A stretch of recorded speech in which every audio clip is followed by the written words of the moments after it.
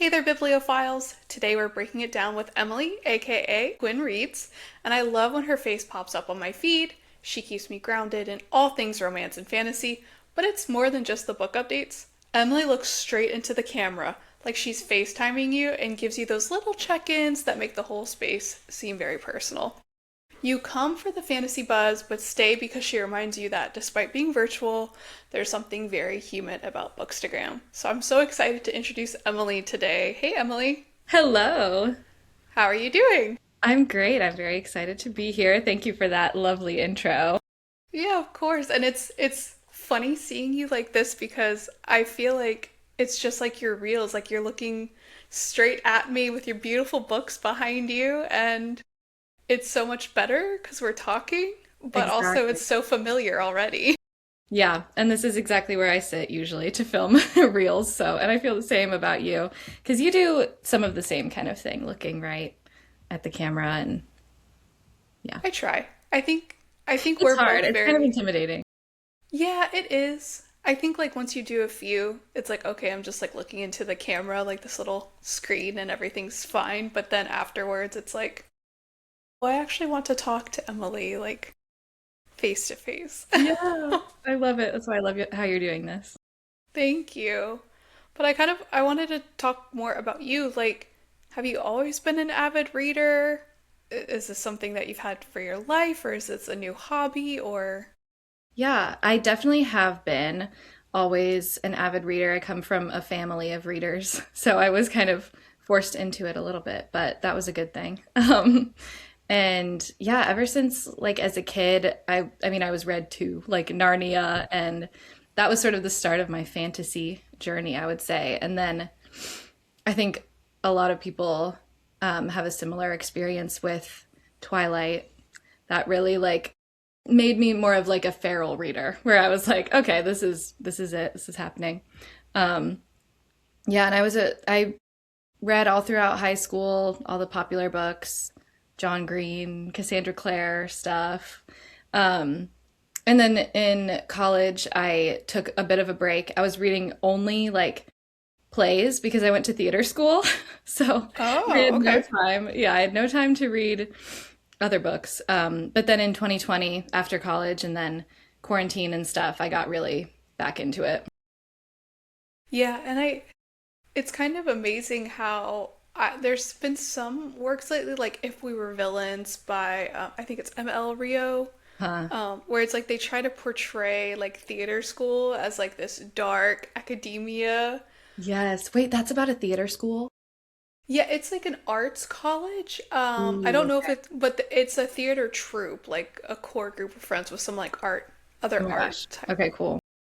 But I always laugh because, like, at least when I was in like theater club in high school, we were all just a bunch of nerds. Like, we were not dark Totally. and cool at all. So I always No, wonder, like, is I that love like that though. accurate? You're making me want to read that more though now because I actually have it right there on the shelf. But yeah, yeah. I That's so funny. I feel like I've read something like that. Maybe I'm thinking of The Secret History, which is not Mm. theater, but it is like arts, literature, dark academia. Yeah, because I do like that book. I do recommend it if you haven't read it because Dark Academia is one of those vibes like I do like because it's just mysterious and like you're always wondering what's going on. Yeah. I do think that's like a really good thriller for like non-thriller girlies because it Okay, seems like perfect. very how do I say it? It seems like very unassuming, like, oh, Yeah. they're in college and everything's fine, the world is their oyster, and then everything just kind of falls apart. Okay, yeah. I like a thriller sometimes that's thrillers that are not for intense thriller readers. I do Mhm. occasionally like a good thriller for sure. So that's I'm gonna have to read that one. So you said you came from a family of readers, so you were just kind of like voluntold into Yeah, the pretty family much. fold. Yep, yeah. My grandma and one of my uncles are like library science majors. Everyone else is English majors and like they're so elitist though about books. It's kind of ridiculous. So I went on a sort of different journey than a lot of them. Like they would never touch a silly romance or, stuff like that. But yeah, it definitely a family of readers and yeah, I've been reading forever. So, like when you have your like romantasy book at Thanksgiving, is that like a cause Yeah. of like contention where you're just like waiting for them to be like, "Oh, you're reading your spicy little smut Oh. literature?" Yeah, a little bit. Like I remember I was reading The Cruel Prince, which isn't even smutty, like that's a YA. But I brought it over. I was reading it at my parents' house and she went, "Oh, The Cruel Prince, is he cruel?" The Yes. petty. I know. But now I like to kind of mess with them with it. Like I'll tell my grandma about something I'm reading that I know she would not like or approve of. I'm like, So what do they read? Like if they're like that's kind of like, "Oh, are they really that cruel?" Like are they reading like anthologies of like these mass volumes or yeah, I don't know. I mean, well, I've recommended them some stuff recently that because I've tried to I do try to read pretty diversely, and so sometimes I will read something where I'm like, actually, I think my mom or my grandma would really like this, and um, I don't know if you've heard of the Veronica Speedwell series. No, It's not at all. oh my gosh, okay, it's thriller-esque. It has some thriller elements, also historical fiction and romance elements, and it's like 9 books. The 10th one is coming out this year, so it's kind of episodic. Each book is sort of a different mystery. And it's this lady detective who's solving mysteries with her partner, who she solves these mysteries with, who's a very dark, mysterious, pirate esque man, which we love, of course. And, but it's very like 1800s London. I was like, I feel like they might actually like this. And my mom has read all of the books now. My dad is reading them. My grandma read one of them, which is all I'll take it. And so, That's a win. Take a yeah, win. that was a win. But yeah, they read a lot of like I mean, they read some stuff that overlaps. Like they were reading the my grandma was reading the Thursday Murder Club books. So she Hmm. likes some kind of fun stuff, but definitely also just more intense lit fic. So I guess as you've like branched out, like how have you found your genres you call home? Because I see you read like a good amount of fantasy, and Yeah. how have you found like the genres that you call your home? What do you love about them? Ooh, I like how you put that too. I call my home. Yeah, I definitely, I mean, I've always read fantasy and I always kind of come back to it. Like I said, with like Narnia, that sort of started it all. Um, and yeah, I've always just loved fantasy because of, and I think horror actually is kind of like this too, because I know you read a lot of horror, but it's obviously not real life, but the way that authors can like have metaphors and symbolism for just real world stuff. Um, Hmm. I do love that in fantasy and romance as well. I mean, I always watched a lot of like booktube, so like book Yeah. YouTube, and yeah, been on there for a long time, got recommendations, and um yeah, I guess I got into romance more recently. And I what I love about romance is just that I mean, that's like a part of such a big part of everyone's life. I mean, even if you're not like a relationship kind of person, like platonic love, familial love, like love is such a huge part of humanity. So I love romance for that. And those are the two that I really always come back to. But especially recently, also I've been trying to diversify. And well, I guess I've always also read, dystopian, like The Hunger Games was a Hmm. favorite. Want to get more back into that because there's all these dystopians coming out now again, which I love. Have you heard or read Daggermouth? No, but I was gonna ask you about that because I saw you just read it, right? Yeah, and so I think it was a novel adventure she was on, and she's like, my big thing with romance right now is like we talk about enemies to lovers, and it's just like this guy who owns a bakery and the girl who owns the library, and they're like at odds with each other in a small town. Right, She's like, yeah. no, I want at your throat enemies to lovers. So I read Daggermouth, and I think it did the dystopian genre proud, but like literally these two characters like on sight every scene they lock eyes and it's like daggers out and Oh my God. all of these weapons. So if you're looking for a good dystopian with like a true enemies to lovers, Yeah. It Okay. was it was really solid. It was Yeah. solid. I've been hearing a lot of people have been loving that one, and I love that a true enemies to lovers because people will talk about now like a list of tropes and it'll be enemies to lovers, but yeah, they just a little bit don't like each other, don't get along. I'm not, they're not enemies. Come on.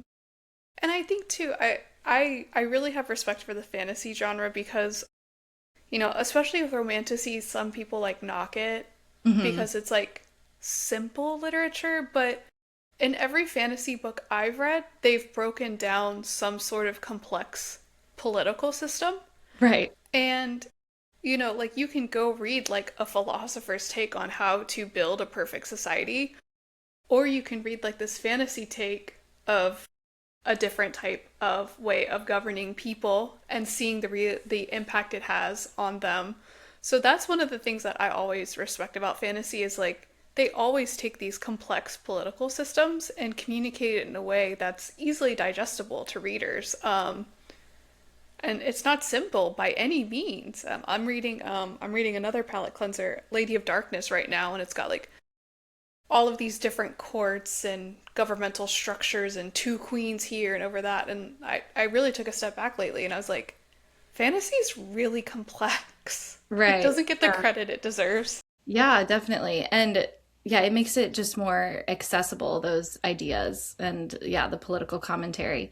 And I mean, there is also a time and place for when you might just want a silly one that maybe isn't so deep. But, and I think like with romance too, like sometimes I really want like a deep emotional romance about a relationship and trouble or whatever. But sometimes I just want a cute little like Allie Hazelwood. But I mean, Allie Hazelwood can be kind of complex too, but So, like in the fantasy realm, you're gonna need to help me because, like, as soon as I open one, like, and there's a map, Mhm. like, I know I'm screwed. Like immediately, like the Everlasting, it was okay because like the kingdom was literally called Dominion, which made sense. But like Lady of Darkness, they talk about all of these places, and I'm like, Yeah. how am I keeping this straight? So like, how do you, as you like go through all of these fantasies, remember like, oh, this place and over there, and they're heading eastwards toward.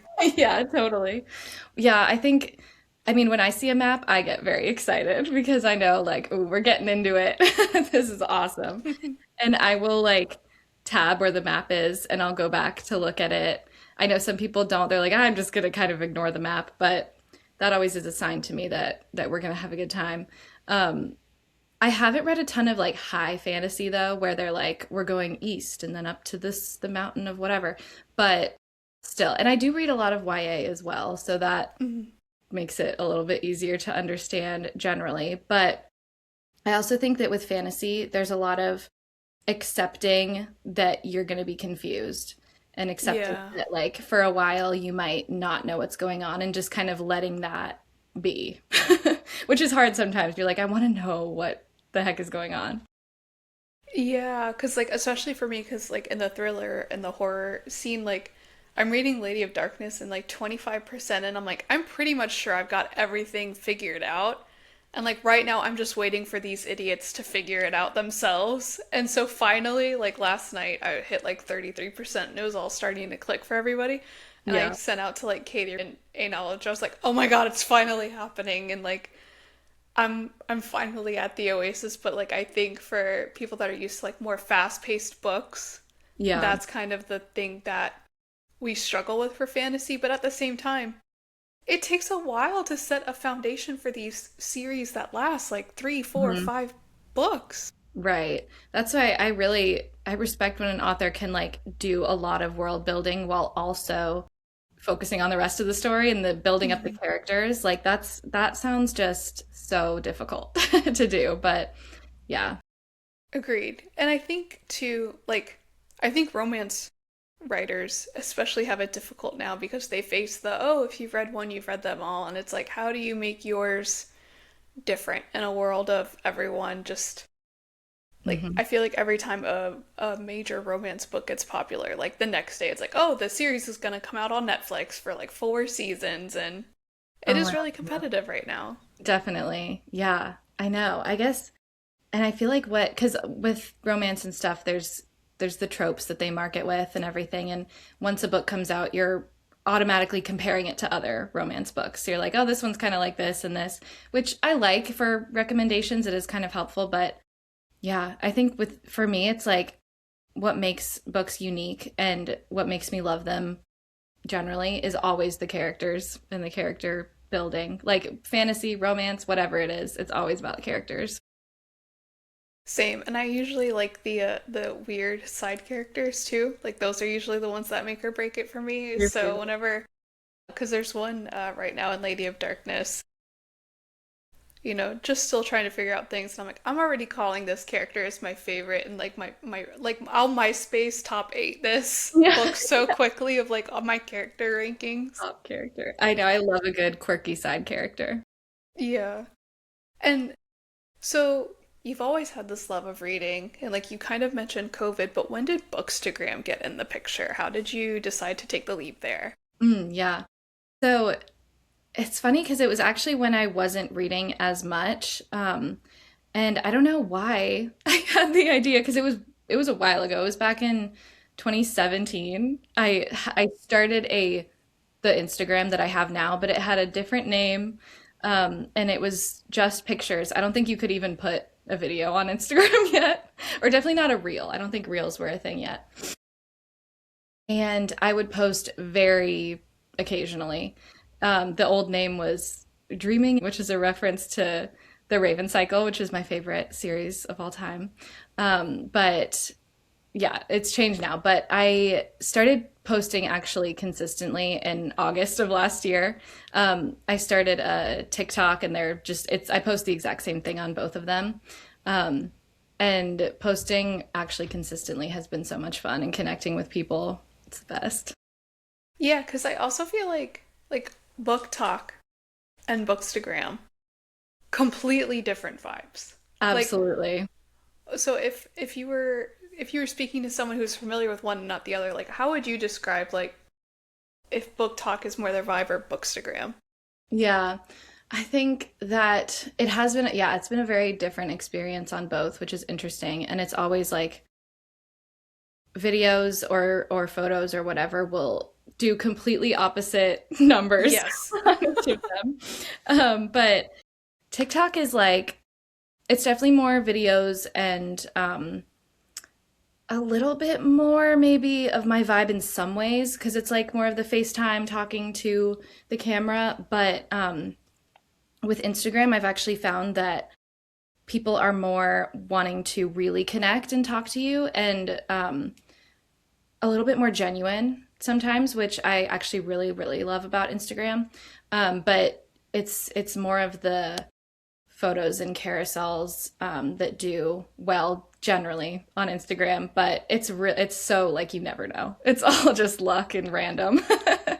But I think Agreed. both are great. It definitely is different, and I'm not even sure exactly how all the ways the algorithms are so weird. And TikTok, I I think you like grow quicker in a lot of ways, but Instagram it feels more genuine growth. see, and that's crazy because like I've seriously been considering just stop using TikTok because I've had some that do like phenomenal Hmm. and they get so many views, but I don't get engagement. Like I'll get likes and that's nice, but then it's just like an empty comment box and it's like I don't really know what's going on here. And like I think I started this up back up in August and I think like the next month I started the TikTok and it's like I have over 1,000 followers on Bookstagram and I have like 300 on Book Talk and it's like, it's not a numbers game, but it's just like it is a much different vibe, like what you're looking for. Like I've never gone live on Book Talk. Maybe that's part of it. I don't know because I know that's kind of a popular feature to use there, not so much on Yeah. Bookstagram. Yeah, I think so. I've never either, but it's so strange. And I think a little bit like what you more put your energy into is going to make you grow more on whichever platform, but definitely I've noticed that too. Like you'll get the likes and somehow I have gotten more followers on TikTok, not Instagram. But so I'm kind of the opposite there, but because it's so random. But yeah, it's less actual genuine engagement, I feel like, on TikTok. On Instagram, I feel like I've met more, and I guess that's not completely true because I do have my TikTok buddies, but yeah, it seems like people will take the time to really think out a well thought out comment to you on Instagram and really want you to succeed. Yeah. And I think too, I think it's funny because when I see engagement on Bookstagram, it's like, oh, like I thought this about this book, but you thought this, etc. And Yeah. then when I hear out of book talk, it's like, drama. Like, can you believe so and so went on book talk and said XYZ about ABC? And I'm Yeah. just like, and then it flows to Bookstagram. They're not completely separate circles. Yeah. Um, Yeah. There's overlap. it's funny how it all trickles But together in some yeah. ways. But somehow it is strange that TikTok seems to create more of a space for drama. And I don't know why, but there's more negativity on there, I feel like. Like I've only gotten one like negative comment ever, and it was on a TikTok. And it was just someone being like, because it was just one of those videos where I did like to a sound, and it was, here's my coffee, here's what I'm reading. Hmm. Like a really short little video that's just like, I don't know what to post today, but I want to post something today.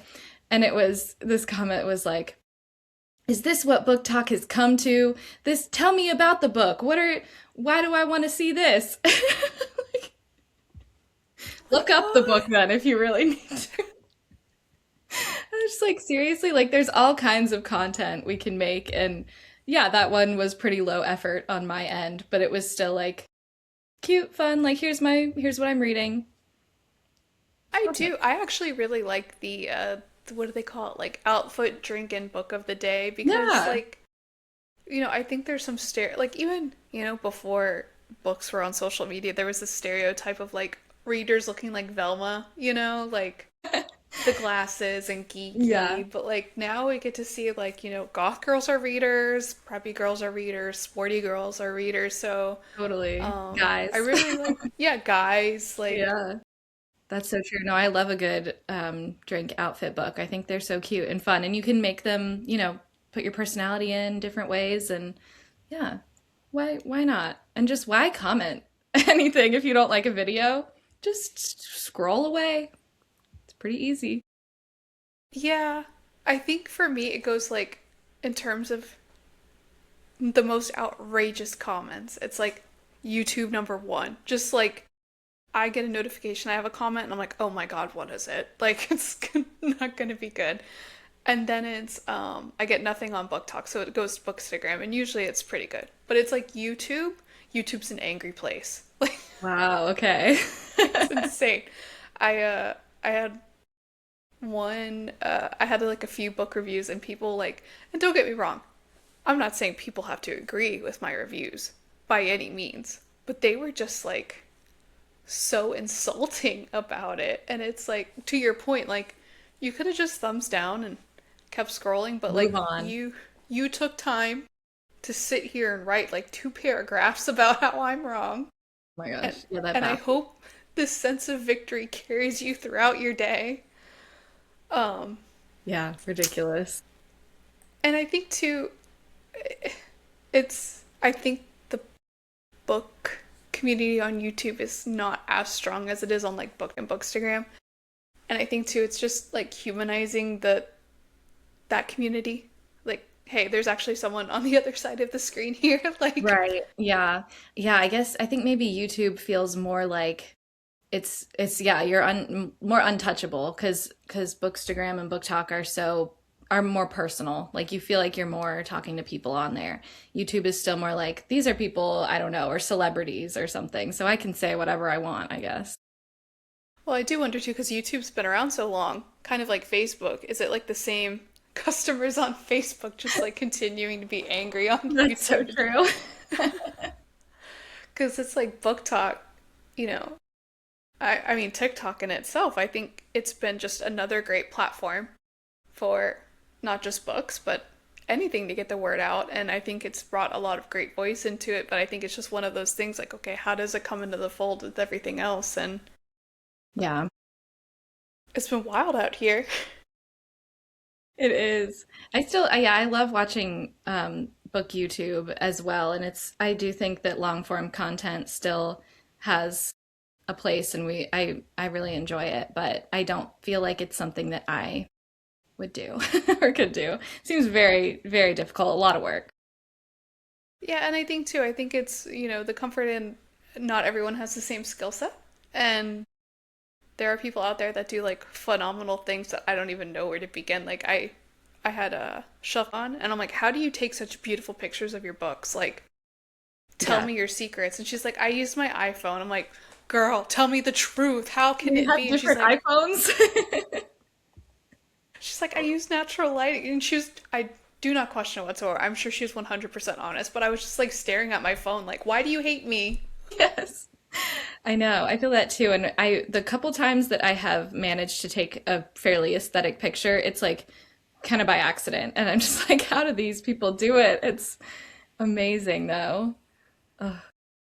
But I like seeing the diversity of like talent and like how we share cuz like I feel like with your reels like you look dead into the camera and it's like you're speaking to me directly and you're telling me about like your reactions to this book and there is some vulnerability with that too cuz like it's our face, it's not just like a book cover or some pages.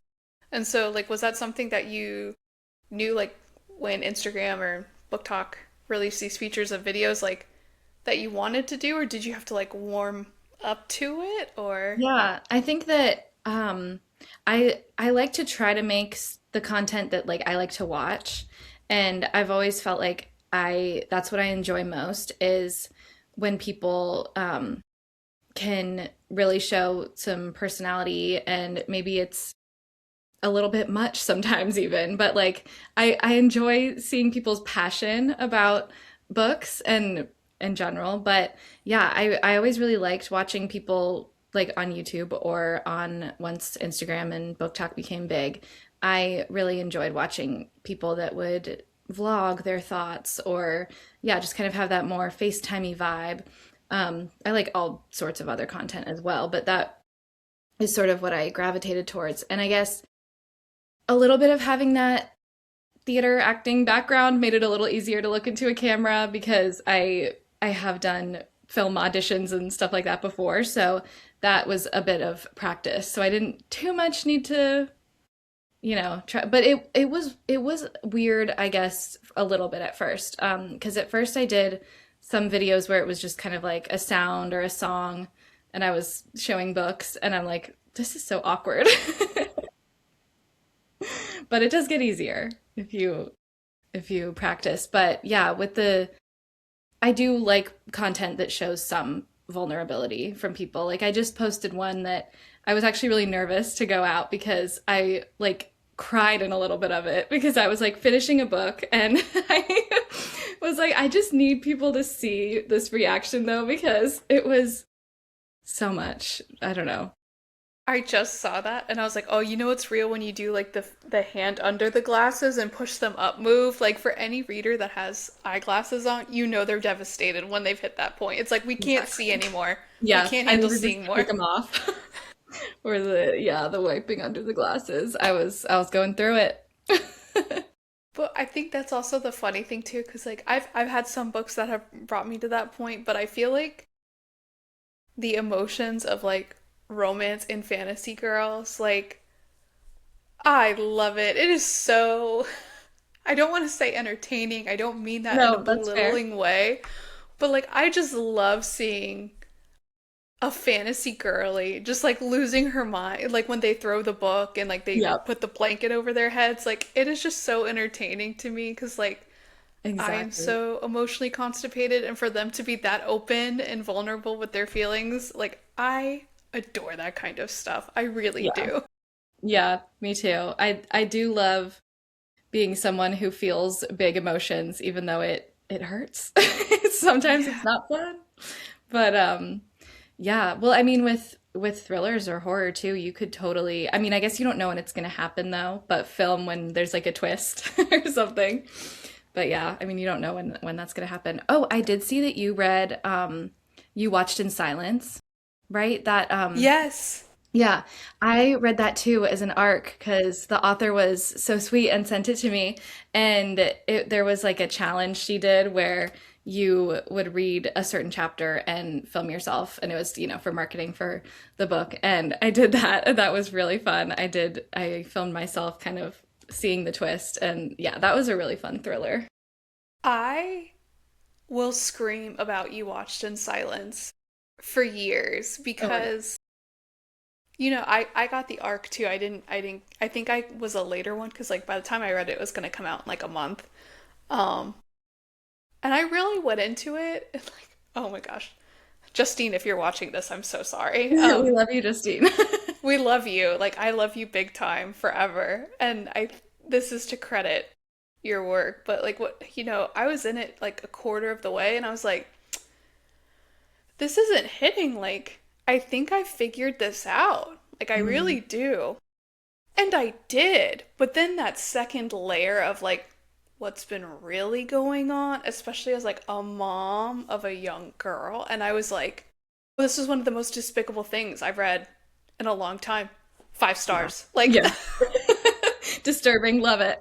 yeah, yeah. Yes. And so when I was actually done, I went in her DMs and I was like, "Hey, like, thank you for the arc, but like this is one of the best debut books I've read since The Silent Patient that has like gripped me and made me stare into the void after of like what just happened." Yeah, Um, totally.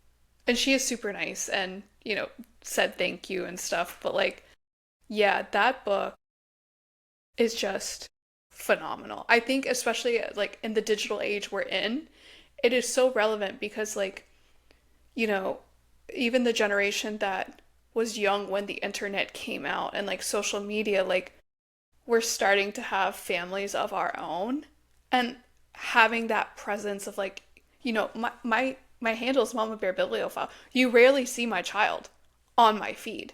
And it's like I've had people be like, "Oh, well, your handle's Mama Bear Bibliophile. Like you should have your kids posted more often." And it's like, actually, no. Like that is a point of me being a mama bear. I want to protect them and let them have their Right. childhood.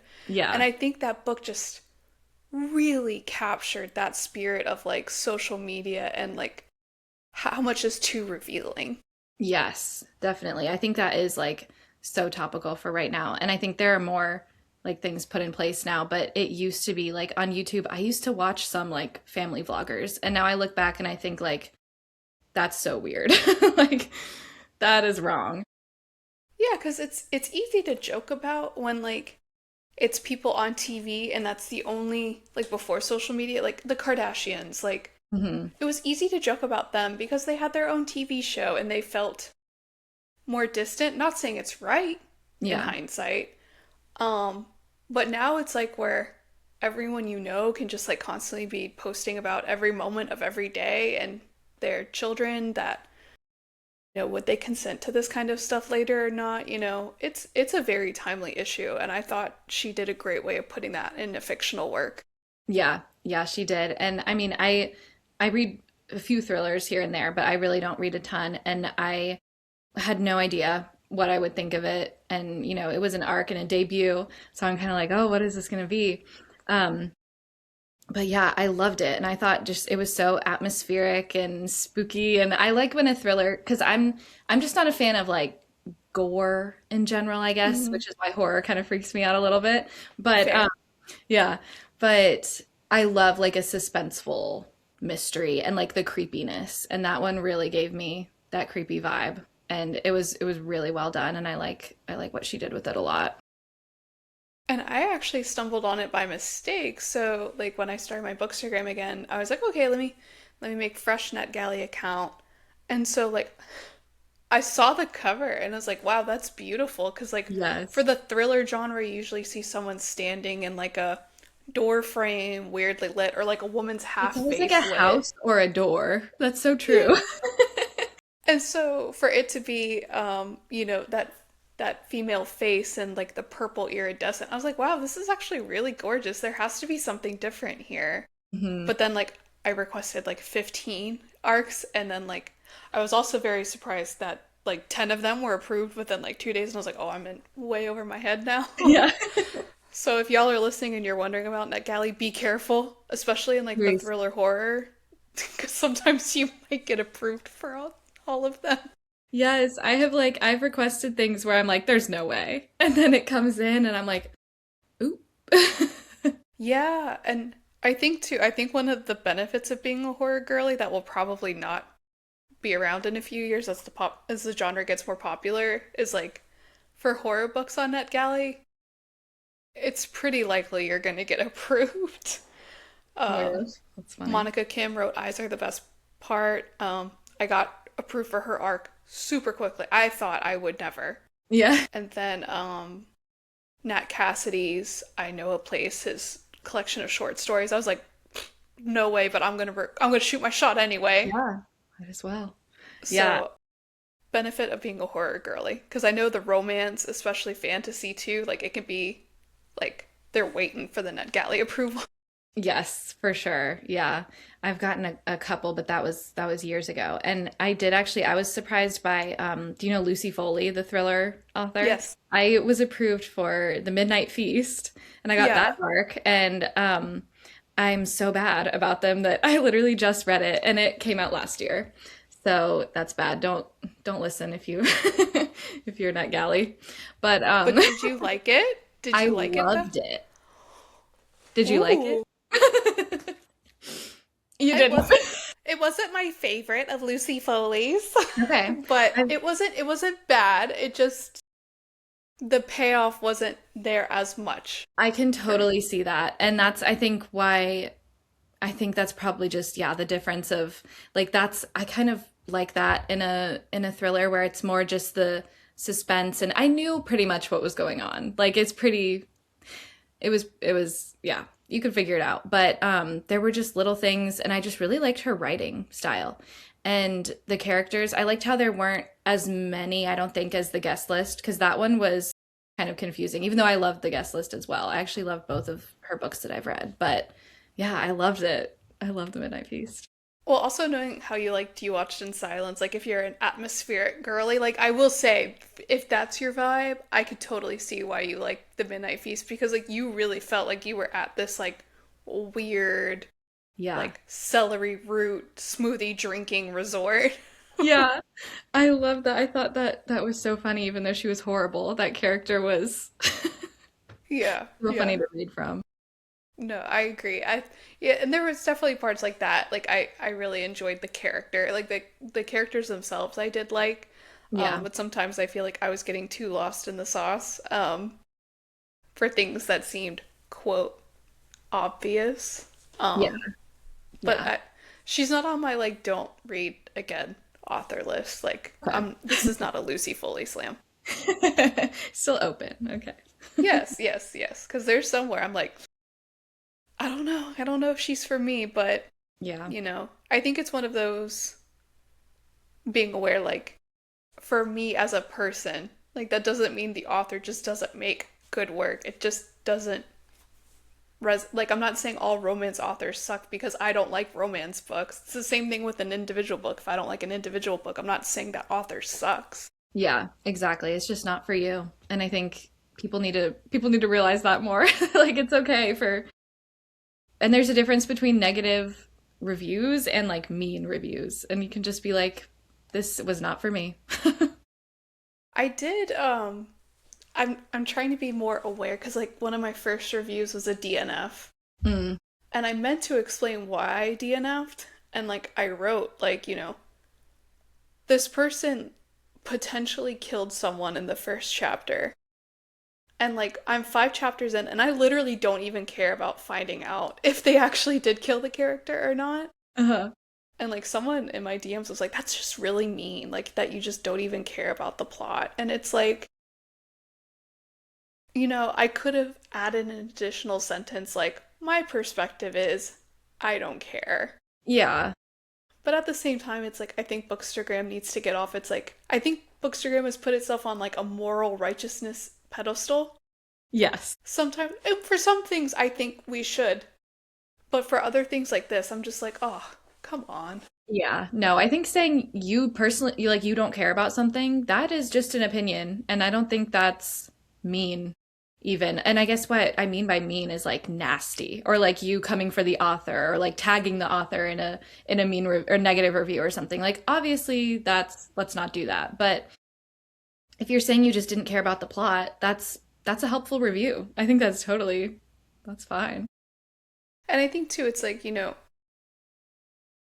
especially for NetGalley, I'll put like, hey, this is like I will be more honest in my NetGalley feedback, like very direct, like, hey, like I put like, hey, publisher, editor, whatever, like this is weird, this typo, this. Yeah. But I also think, you know, not everything is 5 stars. And even sometimes 3 stars are good.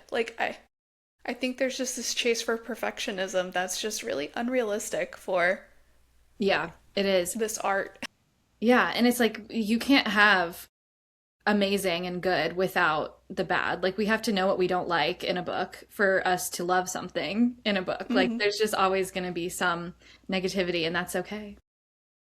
Well, and so speaking of books that we love, for people that are unfamiliar with you, and this is the first time hearing about you, like, what are some books that you're like, oh, if you want to get my vibe, if you want to understand Emily, like, you need to read these books? Okay, yes. So, first, definitely, like I mentioned briefly, The Raven Cycle by Maggie Stiefvater is my favorite series of all time. It is a YA series, but her writing is so beautiful. If you really like nice lyrical sort of writing, definitely would recommend it. Um, YA, it's hard to explain. It's a little bit fantasy, but almost more magical realism, which I love magical realism in books. But yeah, it's about a girl in a psychic family of women who is the only one who's not psychic, and she's been told forever that she's going to kill her true love. And then this group of boys, which is why the first book is called The Raven Boys, um, who are on sort of a search of their own, and she joins in with them, and it's the best found family ever, and I love found family.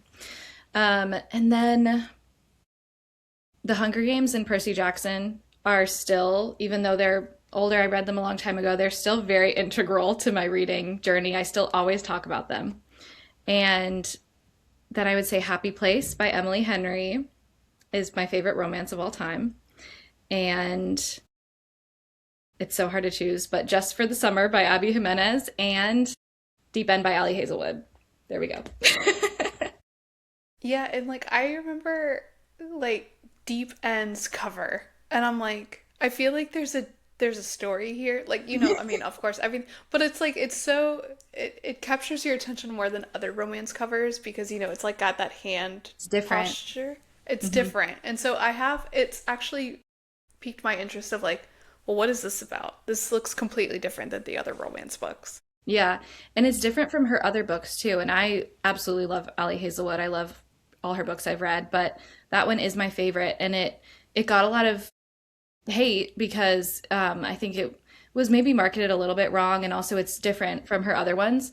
But it was to me, it was such a like actually deep, real story about these really real characters that some people might not vibe with because they're very flawed.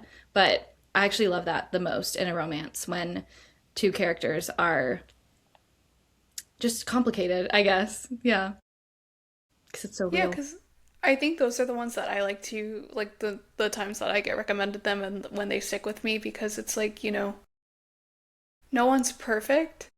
And yes, there's conflict. But like when you've got two characters dealing with like very real issues and like they're trying to work on that themselves and with each other, like that's when a romance has hooked me.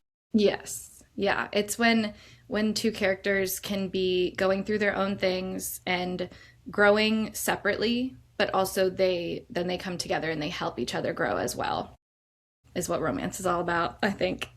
Yep. And I think too, I think I hype the romance girlies and I genuinely mean it not just because my best friend in the entire world is a romance smut spice proud card holder. Like Nice.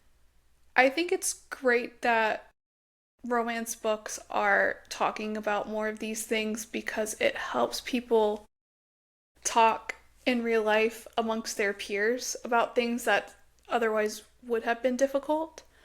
Um, so I feel like romance gets a really bad rap, especially lately. And I think there are just some expectations of maybe how they used to be, but it's just a narrow-mindedness of not understanding what they're like now. Yeah, definitely. And people assuming things without even having read romance or without having read maybe the type of romance that they would more vibe with. And I think I've also been reading more romance recently where therapy is like a huge part of the story. Like, it might have been a little in Deep End. Yeah, Deep End, she did go to a therapist, and um, in Before I Let Go by Kennedy Ryan, I just read, and that was a beautiful romance. And both of the characters were in therapy. The guy was very hesitant and thinking, this is not for me, this isn't going to do anything, but she seems to like it. He goes, and then their kid goes as well.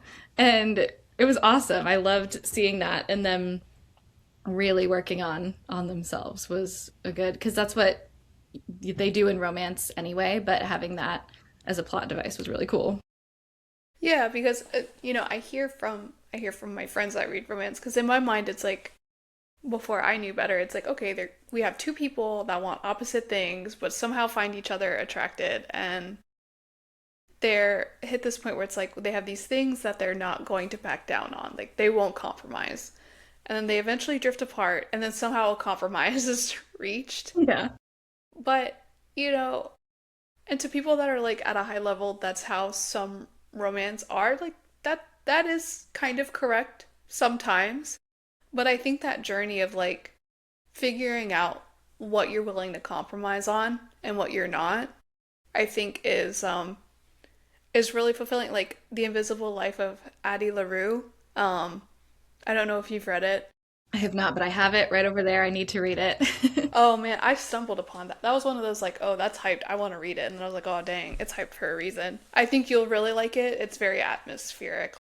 I think I will. And it goes through like time periods, but at the end, like people were really complaining about the ending and I was like, you know what? Like she knew things she didn't want to compromise on. I actually really enjoyed seeing that in a narrative story of like someone being like, you know what? Nope, I'm not. Yeah. Keep it moving. Yeah, definitely.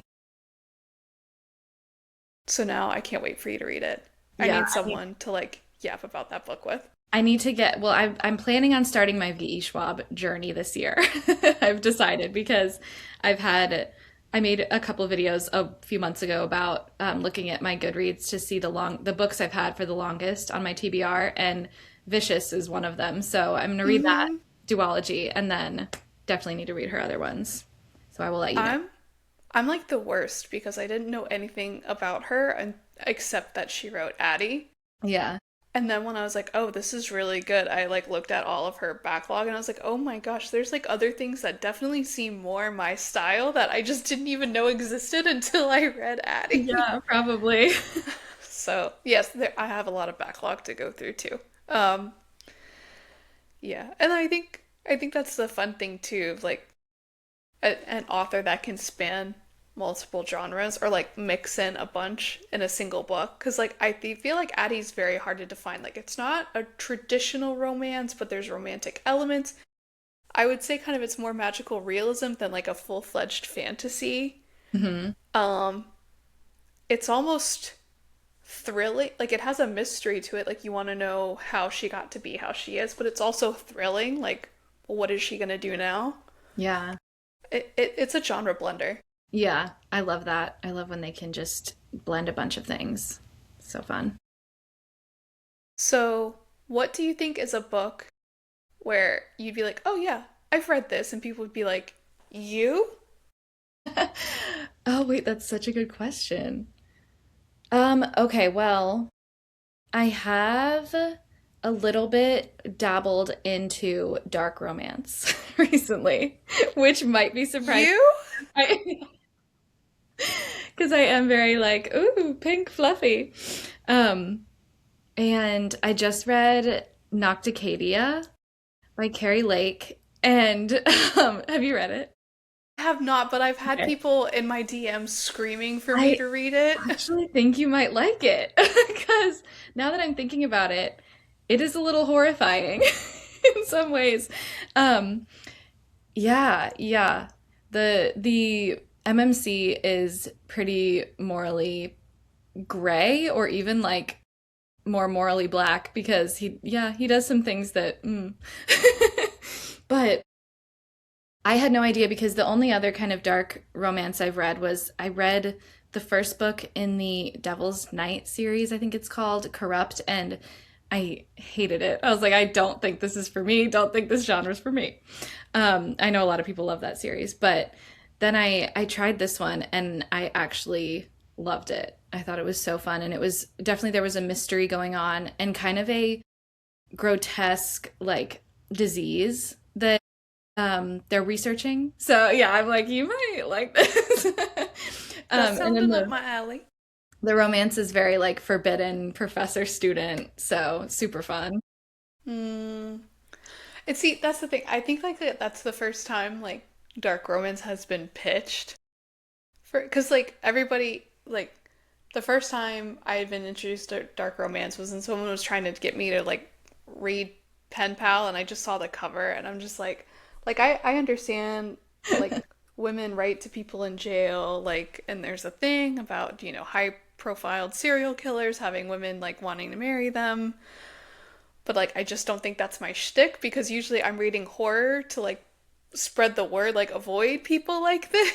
Right. Uh, but I Exactly. also am a hypocrite because I think Hannibal Lecter, the book series, is legitimately a dark romance and one that I'm like, I don't really see the problem here. So I also know I'm a hypocrite. I'm admitting it out loud. So Noxicadia sounds like it might be up my alley. Yeah, yeah, you should read the blurb or something. Check it out. It was very fun and dark, but not too dark for me. And the romance, like I don't like when it's like the sort of like bully romance or he's just like not nice to her because I'm like this isn't I don't know.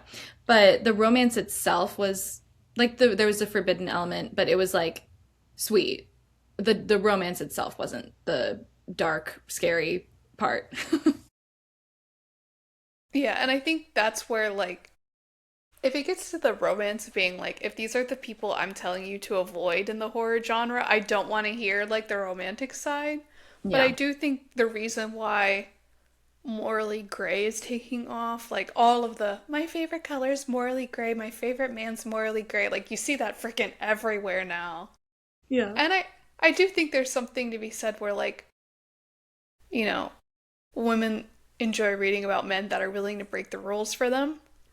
Um, so I think there's truth to it. I think there's a lot of truth, and that's why it's becoming popular because, there are, you know, sometimes a little princess treatment, Yeah, having a exactly. guy come up and fix some problems and break some rules, and I Yep. get the appeal. I see Yeah. it. Yeah, totally. Same. So, what are you currently reading after your emotional devastation of your last read? Yeah. Well, I am actually still, I have like 100 pages left. I have it right here of book three in that series. So I'm reading A Curse for True Love right now, which is the third book in the Once Upon a Broken Heart trilogy. But I want to put it on my wrap up, so I got to finish this today. No pressure, and I'm wondering if the ending is going to wreck you as bad as the last one.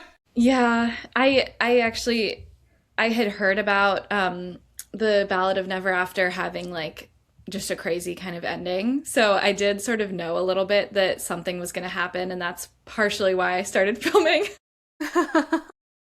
And this one I don't think is going to be. I think I mean, this is very much YA, a little bit fairy tale-esque. So I think it's gonna hopefully be a little bit of a happy ever after. So I don't think it's going to be so emotionally devastating. Better not. I was about to say, we'll see. We'll find out by the end of day today because if you're going to have it on Exactly. your monthly wrap up, we'll figure out either EOD. way. Got a timeline. Well, dang, now I'm super appreciative you took an hour out of your day to talk to me knowing that this was on your deadline too. Like, oh, I'm No, so don't worry. fortunate. I was planning on yeah. I can read pretty fast when I set my mind to it. So, but yes, I'm very glad I set aside some time as well. But yeah, Sincerely, thank you so much for your time, Emily. For everyone listening, go out and support. The link is in the description. Um, Bully her into putting more reaction footage because I thought the last one was hysterical, and we need people that just keep it real and vulnerable on Bookstagram. But Emily, thank you so much. Thank you so much. This was so fun. Have a good day.